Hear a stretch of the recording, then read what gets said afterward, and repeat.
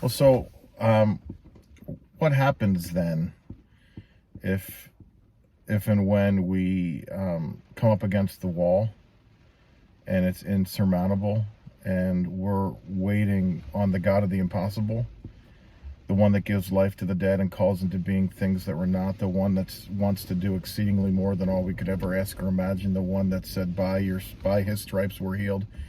What happens when we don't see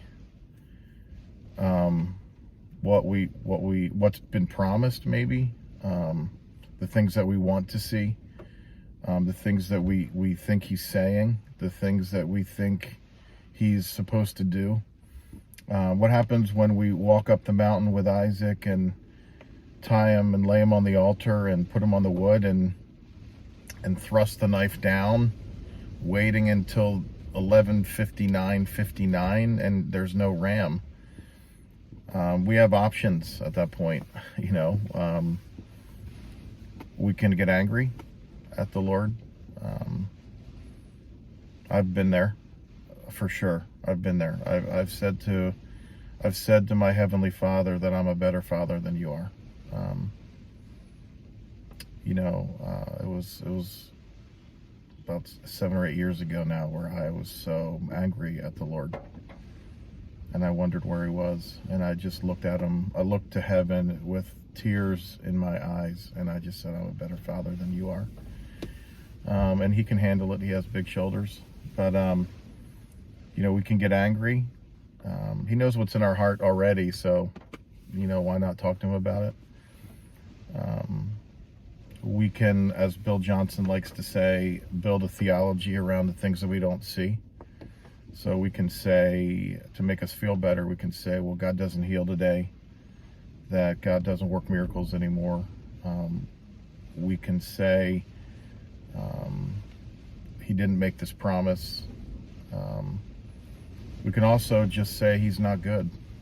We can make the case to make us feel better as well, that he's just not that good. He's just not that interested. Or we can remember the things that he's done. I just spent a little bit of time sitting here. I was in the park and I was just, gosh, I'm so thankful. I am just so thankful. Man, the cold front is moving in.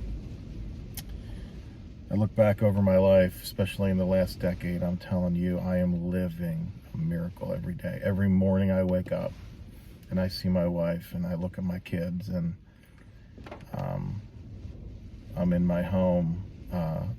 The truth is he doesn't owe me one more thing. He didn't need to give us Jesus. We didn't do anything to deserve it. He gave us life. He doesn't owe us one more thing. He wants to give us things because he's our dad, but so it's kind of like when you've reached, it's like the last straw.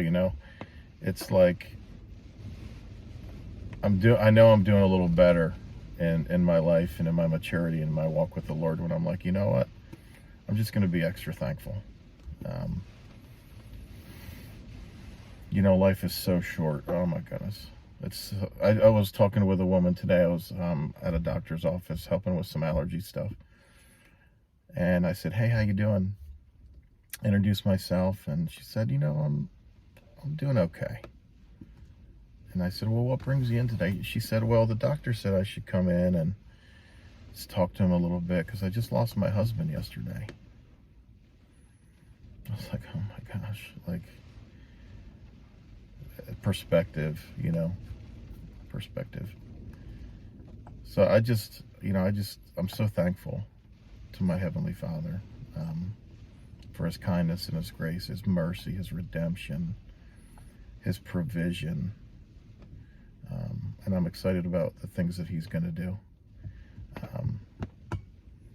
And I hope you are too, for sure. Have a really good weekend.